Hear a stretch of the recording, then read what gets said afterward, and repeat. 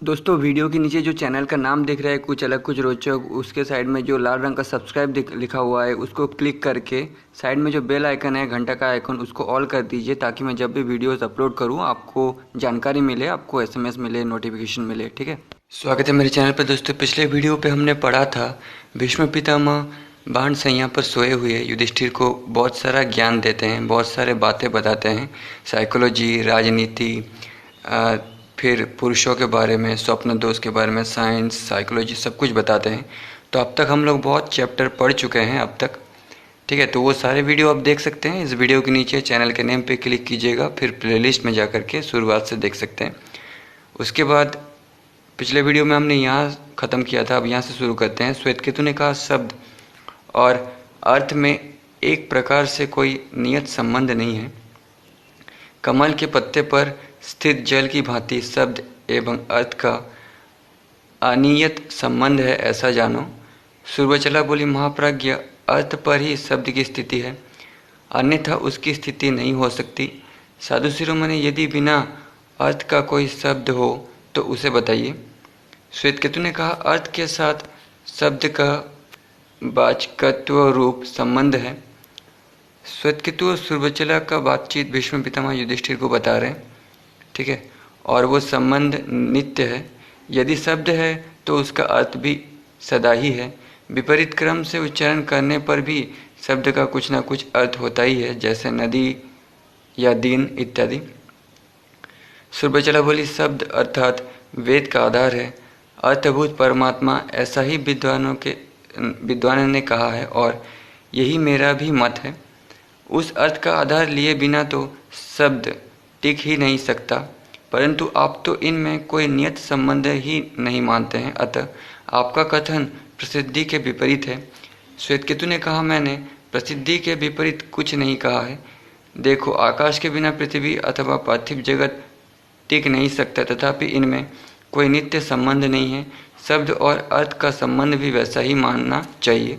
सुरवचला बोली, ये अहम शब्द सदा ही आत्मा के अर्थ में स्पष्ट रूप से प्रयुक्त होता है, परंतु यतो वाचो निर्वर्तन्ते, इस श्रुति के अनुसार वहाँ वाणी की पहुँच नहीं है, अतः आत्मा के लिए अहम पद का प्रयोग भी मिथ्या ही होगा। श्वेतकेतु ने कहा सुब्रत, अहम शब्द का आत्मभाव में प्रयोग नहीं होता, किंतु अहम भाव का ही आत्मभाव में प्रयोग होता है, क्योंकि सगुण पदार्थ के बोधक वचन अचिंत्य परब्रह्म परमात्मा का बोध कराने में असमर्थ है। जैसे मिट्टी के घड़े में मिट्टी का भाव होता है, उसी प्रकार परमात्मा में उत्पन्न हुए प्रत्येक पदार्थ में परमात्मा भाव अविष्ट है। अतएव अचिंत्य परब्रह्म परमात्मा में अहम भाव ही आत्मा भाव है और वही यथार्थ है। मैं, तुम और ये सब नाम पर ब्रह्म परमात्मा में हम लोगों द्वारा कल्पित है, वास्तविक नहीं है। अतः उस परमात्मा तक वाणी की पहुँच नहीं हो पाती। श्रुति के इस कथन से कोई विरोध नहीं है। अतः भीरु मनुष्य भ्रांति चित्त द्वारा ही अहम आदि पदों का प्रयोग करता है। जैसे आकाश में स्थित संपूर्ण विश्व उसमें सटा हुआ सा दिखता है, उसी प्रकार परमात्मा में स्थित हुआ सारा दृश्य पक्ष उससे जुड़ा हुआ सा जान पड़ता है। ब्रह्म के साथ जगत का जो संबंध होता है, उसी संबंध से ये उसी का कार्य जान पड़ता है। जैसे सारा जगत आकाश से पृथक है, तो भी उसके विकारों से संबंध होने के कारण सदा उससे मिश्रित ही रहता है। उसी प्रकार जगत से ब्रह्म का कोई संपर्क नहीं है, तो भी यह उसी से उत्पन्न होने के कारण तद्रूप माना जाता है। वो ब्रह्म परम शुद्ध और उपमा रहित है, अतः वाणी द्वारा उसका वर्णन नहीं किया जा सकता। इन चर्म चक्षुओं से उसको नहीं देखा जा सकता तथा ज्ञान दृष्टि से उसका साक्षात्कार होता है, ऐसा मेरा मत है। सुरवचला बोली, तब तो ये मानना होगा कि जिस प्रकार निर्विकार, निराकार, निसीम और सर्वव्यापी आकाश का सर्वथा ही दर्शन होता है, उसी प्रकार समान ज्ञान रूप आत्मा का भी दर्शन होता है। श्वेतकेतु ने कहा मनुष्य त्वचा द्वारा आकाश में स्थित वायु का बारंबार स्पर्श करता है, नासिका द्वारा आकाशवासी गंध का बारंबार सूंघता है, और नेत्र द्वारा आकाश स्थित ज्योति का दर्शन करता है। इसके सिवा अंधकार, किरण समूह, मेघों की घटा, वर्षा तथा तारागण का भी बारंबार दर्शन होता है, परंतु आकाश दृष्टिगोचर नहीं होता। सत्स्वरूप परमात्मा उस आकाश का भी आकाश है, अर्थात उसे भी अवकाश देने वाला महाकाश है। ये निश्चित है उन्हीं के लिए और उन्हीं के द्वारा इस संपूर्ण जगत की सृष्टि हुई है। वे ही सत्य तथा सर्वव्यापी है। भगवान के जो गुण संबंधी नाम हैं वे परमात्मा में औपचारिक नेत्र, मन तथा अन्य किसी इंद्रिय के द्वारा भी उस सर्वव्यापी परमात्मा का ग्रहण नहीं हो सकता। वाणी द्वारा भी उनका वर्णन नहीं किया जा सकता। केवल सूक्ष्म बुद्धि द्वारा उनका चिंतन एवं साक्षात्कार किया जा सकता है। ये सारा प्रपंच उन्हीं परमात्मा में प्रतिष्ठित है, ठीक उसी तरह जैसे बड़ा और छोटा घड़ा पृथ्वी पर स्थित होता है। वो परमात्मा न स्त्री है, न पुरुष है, न नपुंसक ही है, केवल ज्ञान स्वरूप है। उसी के आधारभूत ये संपूर्ण जगत प्रतिष्ठित है। जैसे एक ही जल में मृत्तिका विशेष एवं बीज आदि द्रव्य विशेष के संयोग से रसभेद उत्पन्न होते हैं, उसी प्रकार प्रकृति और आत्मा के संयोग से गुण कर्म के अनुसार अनेक प्रकार की सृष्टि प्रकट होती है। जैसे प्यासा मनुष्य पानी पीकर तृप्ति लाभ करता है, उसी प्रकार साधक ब्रह्मबोधक वाक्यों को स्मरण करके सदा तृप्ति एवं संपूर्ण ज्ञान प्राप्त करता है और उस ज्ञान से उसका सुख उत्तरोत्तर अद्भुदय को प्राप्त होता है। सुरबचला बोली, निष्पाप मुने, इस शब्द से क्या सिद्ध होने वाला है? मेरी तो यही धारणा है कि शब्द से कुछ भी होने जाने वाला नहीं है, परंतु पौराणिक विद्वान ऐसा मानते हैं कि परमात्मा अचिंत्य एवं वेदगम्य है। जैसे लोक में बहुत से शब्द निरर्थक होते हैं, उसी प्रकार वैदिक शब्द भी हो सकते हैं। मेरी बुद्धि में तो यही बात आती है, अतः आप इस विषय में यथोचित विचार करके मुझे यथार्थ बात बताने की कृपा करें। श्वेतकेतु ने कहा, शुद्ध स्वरूप परब्रह्म परमात्मा वेदगम्य श्रुति का यह कथन परम सत्य है। इस विषय में नास्तिकों का कहना है कि परब्रह्म की प्रत्यक्ष उपलब्धि न होने से उक्त श्रुति का कथन व्याध्याय दोषों से दूषित होने के कारण सत्य नहीं है। इसका उत्तर आस्तिक यूँ देते हैं कि सूक्ष्म शरीर विशिष्ट स्थूल देह में जीवात्मा रूप से परब्रह्म की ही उपलब्धि होती है, अतः श्रुति का पूर्वोक्त कथन यथार्थी है। उत्तम अंगों वाली देवी कोई लौकिक शब्द भी निरर्थक नहीं है, फिर वैदिक शब्द तो व्यर्थ हो ही कैसे सकता है। जिन शब्द का परस्पर अन्वय नहीं होता, जो एक दूसरे से असंबद्ध होते हैं, उन्हीं को लौकिक पुरुष निरर्थक बताते हैं। किंतु सुबह लौकिक शब्द की ही भांति वैदिक शब्द भी यद्यपि सार्थक समझे जाते हैं, तथापि वे साक्षात परमात्मा का बोध कराने में असमर्थ हैं, क्योंकि परमात्मा को वाणी का अगोचर बताया गया है और उनकी अगोचरता युक्ति संगत भी है। वेदों में ब्रह्म की उपासना अथवा उसकी प्राप्ति के साधन का उपदेश है। उपासना के उपाय भी सूचित किए गए हैं। उपलक्ष्य योग से प्रत्येक शरीर में जीवात्मा रूप से ब्रह्म की ही स्थिति का प्रदर्शन किया गया है। जैसे ग्रहण काल में चंद्रमा और सूर्य के साथ राहु का दर्शन होता है, उसी प्रकार इसके सिवा नेति नेति आदि निषेधात्मक वचनों द्वारा अनात्व वस्तु के बाद पूर्वक ब्रह्म के स्वरूप की और संकेत किया गया है। इसीलिए शुद्ध स्वरूप परमात्मा एकमात्र वेदगम्य, यही मेरी सुनिश्चित धारणा है। शुभ आचरण वाली देवी, तुम्हें यह विदित हो कि आध्यात्म तत्व के चिंतन से नित्य ज्ञान दीपक की भांति स्पष्ट रूप से प्रकाशित होने लगता है। उस ज्ञान से मनुष्य परम गति को प्राप्त होते हैं। सुबह शुद्ध स्वरूप ज्ञान दृष्टि से संबंध देवी, मैंने ये जो गुण एवं यथार्थ ब्रह्म ज्ञान का विषय बताया है, इसे तुमने सुना है या नहीं? सुबह परब्रह्म परमात्मा का ऐश्वर्य नाना रूपों में दिखाई देता है।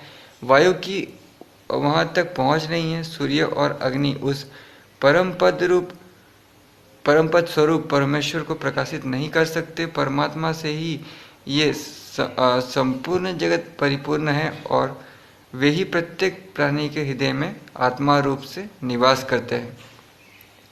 यही बात कृष्ण ने भी गीता में अर्जुन को कही थी। इतना ही परमात्मा विज्ञान है, इतना ही अहम पदार्थ माना गया है। हम दोनों की सत्ता नित्य नहीं है, ऐसी धारणा अज्ञान के कारण होती है। भीष्म जी कहते हैं, राजन, आपने पति श्वेत केतु के इस प्रकार यथार्थ उपदेश देने पर सुरबचला आनंदमग्न हो गई। वो निरंतर तत्व ज्ञान निष्ठ रहकर तदनुरूप आचरण करने लगी। श्वेत केतु पत्नी को साथ रखकर नित्य नैमित्तिक कर्मों में संलग्न रहते थे। वे सबके हृदय में निवास करने वाले महामानव परमात्मा गोविंद को अपने समस्त कर्म समर्पित करके उन्हीं के ध्यान में तन्मय रहा करते थे। राजन, इस प्रकार दीर्घकाल तक परमात्मा चिंतन करके उन्होंने परम गति प्राप्त कर ली। नरेश सर, तुमने जो प्रश्न किया था उसके उत्तर में मैंने ये प्रसंग सुनाया है। इस प्रकार ये दोनों पति पत्नी गृह धर्म का आश्रय लेकर परमात्मा को प्राप्त हो गए। युधिष्ठिर ने पूछा, भारत, मनुष्य क्या उपाय करने से सुख पाता है, क्या करने से दुख उठाता है और कौन सा काम करने से वो सिद्ध की भांति संसार में निर्भय होकर विचरता है। भीष्म जी ने कहा, युधिष्ठिर, मनोयोग पूर्वक पदार्थ का विचार करने वाले वृद्ध पुरुष सामान्यतः सभी वर्णों के लिए और विशेषतः ब्राह्मणों के लिए मन और इंद्रियों के संयम रूप दम की ही प्रशंसा करते हैं। जिसने दम का पालन नहीं किया है उसे अपने कर्मों में यथोचित सफलता नहीं मिलती, क्योंकि क्रिया, तप और सत्य ये सभी दम के आधार पर ही प्रतिष्ठित होते हैं। दम तेज की वृद्धि करता है। दम परम पवित्र बताया गया है। मन और इंद्रियों का संयम करने वाला पुरुष पाप और भय से रहित होकर महत् पद को प्राप्त कर लेता है। दम का पालन करने वाला मनुष्य सुख से सोता, सुख से जागता और सुख से ही संसार में विचरता है तथा उसका मन भी प्रसन्न रहता है। दम से ही तेज को धारण किया जाता है। जिसमें दम का अभाव है वह तीव्र काम वाला रजोगुनी पुरुष उस तेज को नहीं धारण कर सकता। सदा काम, क्रोध आदि बहुत से शत्रुओं को अपने से पृथक अनुभव करता है। जिन्होंने मन और इंद्रियों का दमन नहीं किया है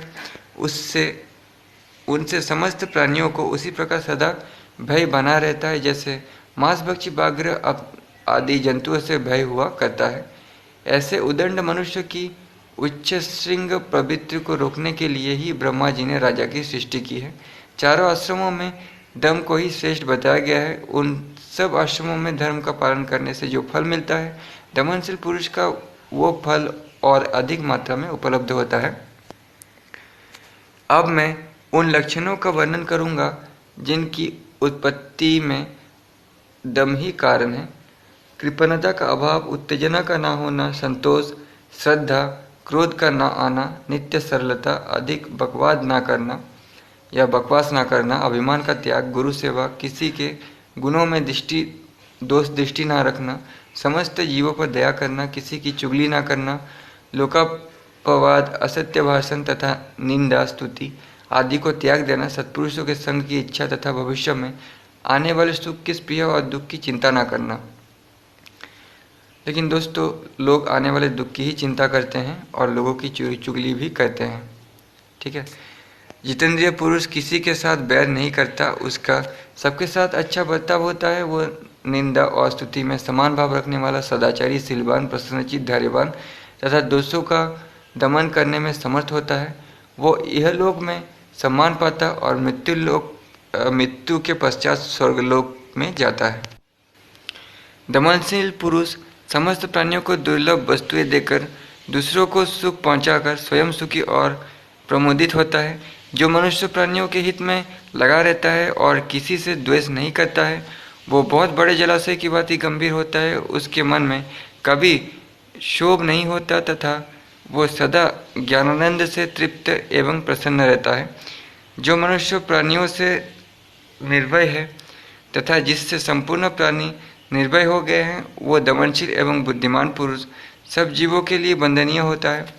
जो बहुत बड़ी संपत्ति पाकर हर्ष से फूल नहीं उठता और संकट में पड़ने पर शोक नहीं करता, वो द्विज सूक्ष्म बुद्धि से युक्त एवं जितेंद्रिय कहलाता है।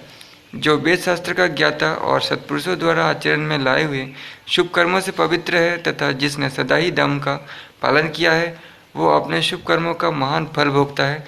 किसी के दोष को ना देखना, हृदय में क्षमा भाव रखना, शांति संतोष, मीठे वचन बोलना, सत्यदान और क्रिया में परिश्रम का बोध न होना, ये सद्गुण हैं। दुरात्मा पुरुष इस मार्ग से नहीं चलते हैं। उनमें तो काम, क्रोध, लोभ, दूसरों के प्रति दाह और अपनी झूठी प्रशंसा आदि दुर्गुण ही भरे रहते हैं।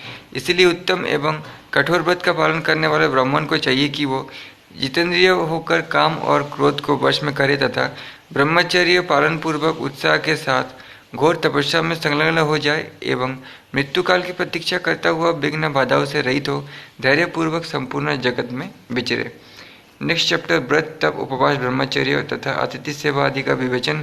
यज्ञशिष्ट अन्न का भोजन करने वाले परम उत्तम गति की प्राप्ति का कथन। युधिष्ठिर ने पूछा, पितामह भीष्म, व्रत युक्त द्विजगण वेदोक्त सकाम कर्मों के फल की इच्छा से हविष्यान्न भोजन करते हैं, उनका ये कार्य उचित है या नहीं? भीष्म जी ने कहा, युधिष्ठिर, जो लोग अवैदिक व्रत का आश्रय ले हविष्यान्न का भोजन करते हैं वे स्वेच्छाचारी हैं, और जो वेदोक्त व्रत में प्रवृत्त हो सकाम यज्ञ करते हैं और उसमें खाते हैं वे भी उस व्रत के फलों के प्रति लोलुप कहे जाते हैं, अतः उन्हें भी बारंबार इस संसार में आना पड़ता है। युधिष्ठिर ने पूछा, महाराज, संसार के साधारण लोग जो उपवास को ही तप कहते हैं, क्या वास्तव में यही तप है या दूसरा? यदि दूसरा है तो उस तप का क्या स्वरूप है? भीष्म जी ने कहा, राजन, साधारण जन जो महीने 15 दिन उपवास करके उसे तप मानते हैं, उनका वो कार्य धर्म के साधनभूत शरीर का शोषण करने वाला है। अतः श्रेष्ठ पुरुषों के मत में वो तप नहीं है।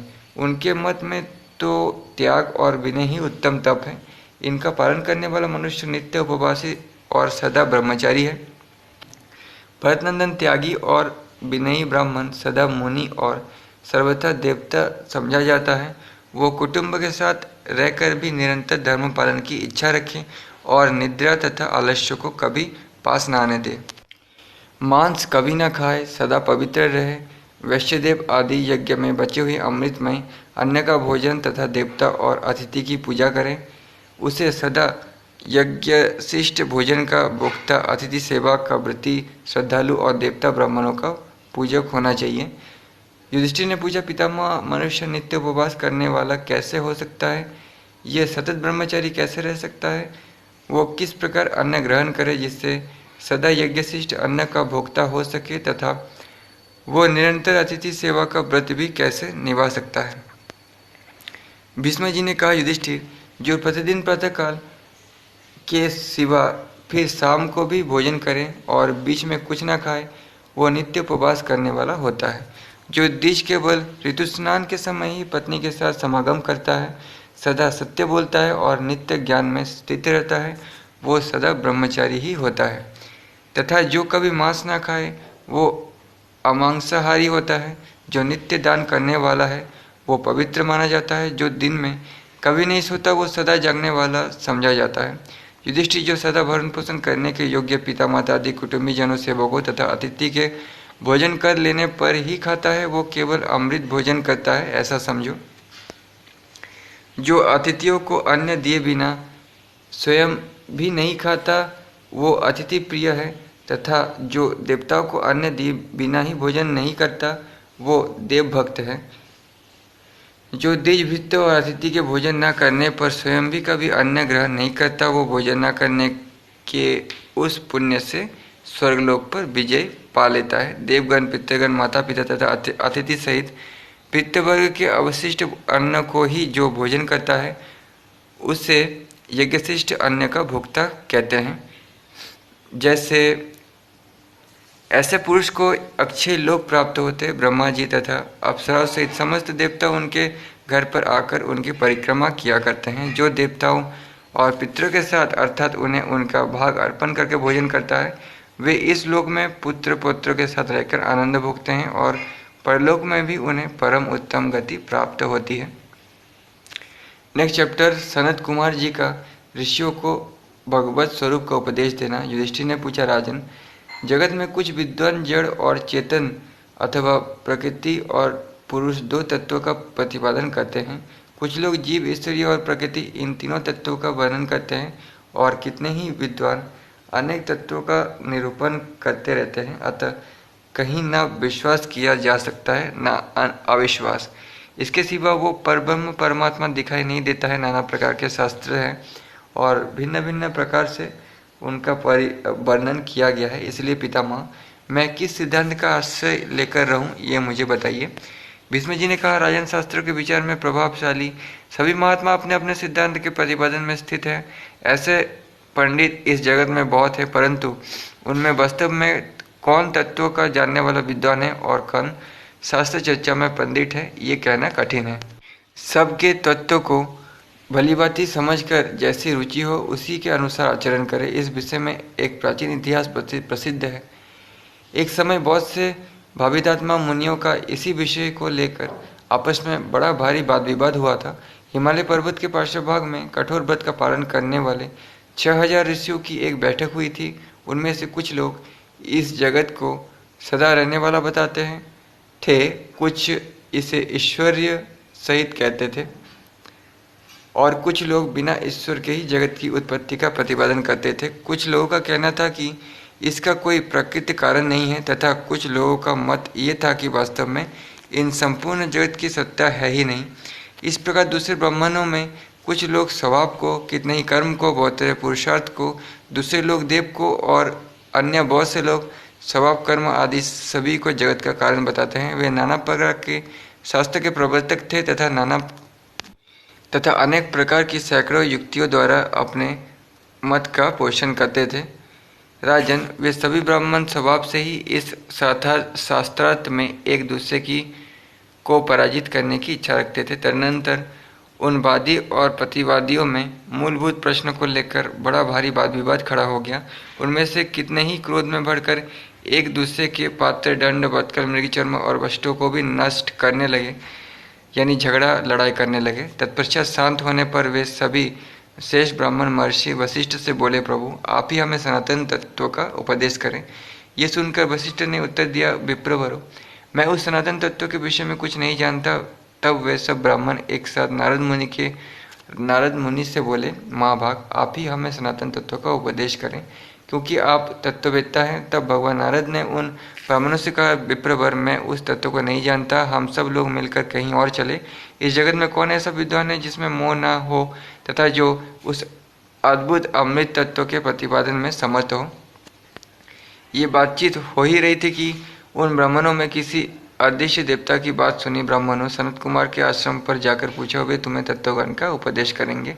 उस समय वेद राशि के ज्ञान से सुशोभित विभांडक नामक किन्हीं ब्राह्मण शिरोमणि ने उस अदृश्य देवता से पूछा, हम लोगों में तत्वों के विषय में मतभेद उत्पन्न हो गया है। ऐसी स्थिति में आप कौन हैं जो बात कर रहे हैं किंतु दिखते नहीं हैं? भीष्म जी कहते हैं, राजन युधिष्ठिर, तब भगवान सनत कुमार ने उनसे कहा, महामुनि, तुम तो पंडित हो, तुम मुझे सदा एक स्वरूप में ही विचरने वाला पुरातन ऋषि सनत कुमार समझो। मैं वही हूँ जिसे वेदवेत्ता पुरुष अक्षय बताते हैं। कुंती नंदन, तब उन महात्मा विभांडक ने पुनः उनसे कहा, आदि मुनि प्रवर, आप अपने स्वरूप का परिचय दीजिए। केवल आप ही हमसे विलक्षण जान पड़ते हैं। आपका स्वरूप हमारे सामने प्रत्यक्ष नहीं है, अथवा यदि आपका भी कोई स्वरूप है तो वो कैसा है? तब उस अदृश्य आदि महात्मा ने गंभीर स्वर में ये बात कही, मुने, तुम्हारे ना तो कान है, ना मुख है, ना हाथ है, ना पैर है और ना पैरों के पंजे ही हैं। मुनियों से बातचीत करते हुए विद्वान विभांडक ने अपने विषय में जब ये सब सत्य देखा तो मन ही मन विचार करके कहा, ऋषि, आप ऐसी बात क्यों कहते हैं? यदि इसको जानने वाला या ना जानने वाला कोई ना रहे तब क्या होगा? परंतु इसका उत्तर उन श्रेष्ठ ब्राह्मणों को फिर नहीं सुनाई दिया। वे हंसते हुए आकाश की ओर देखते ही रह गए। ये तो बड़े आश्चर्य की बात है। ऐसा मानकर वे सभी मुनि श्रेष्ठ दल बल सहित सुवर्ण में महागिरी मेरू पर सनत कुमार जी के पास गए। उस पर्वत पर आरूढ़ हो ध्यान कार्य से ले उन ऋषियों ने पूजनीय देव सनत कुमार को देखा, जो निरंतर वेद के पारंगत लगे हुए थे।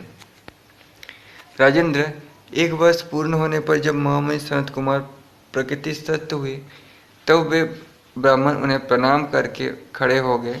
ज्ञान से जिनके सारे पाप धुल गए थे, उन भगवान सनत कुमार ने वहाँ पधारे हुए ऋषियों से कहा, मुनिगण, अवश्य देवताओं ने जो बात कही है वो मुझे ज्ञात है, अतः आज आप लोगों के प्रश्न का उत्तर देना है। मुनिवरों, आप इच्छानुसार प्रश्न करें। भीष्म जी कहते हैं, तब उन ब्राह्मणों ने हाथ जोड़कर परम निर्मल ज्ञान विधि द्विश्रेष्ठ महामुनि सनत कुमार से कहा, कुमार, हम लोग ज्ञान के भंडार और सर्वश्रेष्ठ विश्व रूप परमेश्वर का किस प्रकार यजन करें। भगवान महामुनि महानुभव, आप हम पर प्रसन्न होइए और हमें ज्ञान रूपी मधुर अमृत का लेश मात्र दान दीजिए, क्योंकि संत अपने शरणागत को सदा सुख देते हैं। वो जो विश्वरूप पद है वो क्या है, यह हमें बताइए। उनकी इस प्रकार विशेष अनुरोध करने पर परमात्मा में आसक्त चित्त सत्यविद्ध महात्मा भगवान सनत कुमार ने जो कुछ कहा उसे सुनो। वे अनेक सहस्त्र ऋषियों के बीच में बैठे थे। उन्होंने अनेक शुभ निवेदन से सत्यरूप आनंदमय परमेश्वर को इस प्रकार प्रतिपादन आरंभ किया। सनत कुमार बोले, द्विजोत्तमों, आप लोगों के बीच में पहले अदृश्य देवताओं ने जो कुछ कहा था, उनका ये कथन उसी रूप में सत्य है। आप लोगों ने उसे ना जानते हुए ही उसके साथ वार्तालाप किया था। सुनिए, वो विश्वरूप परमात्मा सबका परम कारण है। जो उस सर्वस्वरूप परमेश्वर को जानता है, वो ना तो भयभीत होता है, ना कहीं जाता है मैं कहाँ हूँ, किसका नहीं हूँ, किसके साधनों से कार्य करता हूँ इत्यादि विचारों में ना पड़कर परमात्मा को अनुभव करता है।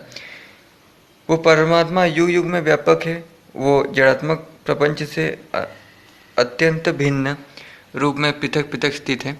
उस परमात्मा से भिन्न जो कोई भी जड़ वस्तु है, उसकी परमार्थिक सत्ता नहीं है। जैसे वायु एक होकर भी अनेक रूपों में संचालित होता है, पक्षी, मृग, व्याघ्र और मनुष्य में तथा वेणु में यथार्थ रूप से स्थित होकर एक ही वायु में भिन्न भिन्न रूप हो जाते हैं। जो आत्मा है वही परमात्मा है। इसका मतलब हमारे अंदर जो आत्मा है वही परमात्मा है। ये भी कृष्ण ने गीता में कहा था और यही बता रहे। परंतु वो जीवात्मा से भिन्न सा जान पड़ता है। इस प्रकार वो आत्मा ही परमात्मा है, वही जाता है। वो आत्मा ही सबको देखता है, सबकी बातें सुनता है, सभी गंध को सूंघता है और सबसे बातचीत करता है। सूर्यदेव के चक्र में सब और 10-10 किरणें हैं, जो वहाँ से निकलकर परमात्मा भगवान सूर्य के पीछे पीछे चलती है।